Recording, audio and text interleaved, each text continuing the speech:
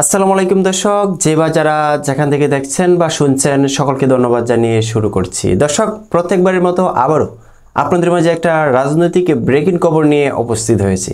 দর্শক, আজকের ব্রেকিং খবরটা হচ্ছে আগামী নির্বাচনে ডাক্তার মোহাম্মদ ইউনূস সাহেব অংশগ্রহণ করবেন কিনা সেই বিষয়ে খুলাসা করে উনি বলেছেন।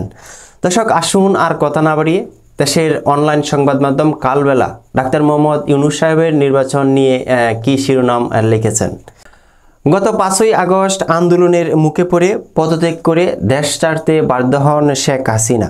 তার পদত্যাগের পর গঠিত হয় অন্তর্বর্তীকালীন সরকার। এই সরকারের প্রধান উপদেষ্টা হিসেবে মনোনীত হয়েছেন নোবেল বিজয়ী অর্থনীতিবিদ ডাক্তার মোহাম্মদ ইউনূস সাহেব। এরপর থেকে আগামী নির্বাচনে তার অংশগ্রহণের বিষয়ে নানা জল্পনা কল্পনা ছিল। এবার এই বিষয়টি খুলাসা করেছেন ডাক্তার মোহাম্মদ ইউনূস সাহেব। জাতিসংঘ অধিবেশনের ফাঁকে স্থানীয় সময় মঙ্গলবার 28 সেপ্টেম্বর মার্কিন সংবাদ মাধ্যম নিউ ইয়র্ক টাইমস আয়োজিত ক্লাইমেট ফরওয়ার্ড অনুষ্ঠানে যোগ দেন ডাক্তার মোহাম্মদ ইউনূস। এই সময় তিনি এক প্রশ্নের জবাবে বিষয়টি স্পষ্ট করেন। অনুষ্ঠানে প্রশ্ন করা হয়, আগামী নির্বাচনে আপনি অংশগ্রহণ করবেন কিনা। এমন প্রশ্নের জবাবে তিনি বলেন, আমার এই বিষয়ে কোনো ইচ্ছা নেই। আপনার আমাকে কি মনে হয় আমি নির্বাচন করব? আমি কখনো নির্বাচন করব না। এ সময় তাকে আবার প্রশ্ন করা হয়, আপনার নির্বাচনে অংশগ্রহণের কোনো সম্ভাবনা নেই? তখন ডাক্তার মোহাম্মদ ইউনূস বলেন, কোনো সম্ভাবনা নেই, এটা আমার জন্য না। অনুষ্ঠানের সঞ্চালক জানতে চান, দেশে আগামী নির্বাচন কবে অনুষ্ঠিত হবে।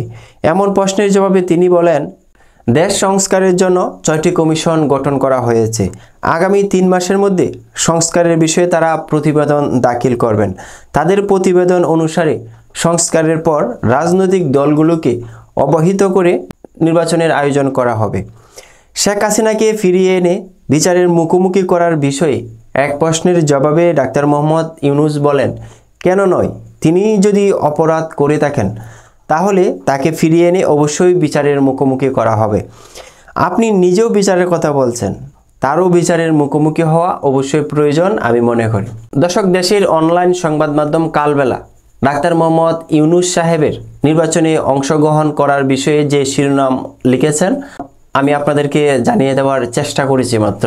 দর্শক, আজকের মতো এই পর্যন্তই, আর কথা বাড়াচ্ছি না। তবে আপনাদেরকে পরবর্তী নিউজ দেখার জন্য অনুরোধ জ্ঞাপন করছি। ধন্যবাদ, ভালো থাকবেন এই প্রত্যাশা। আসসালামু আলাইকুম।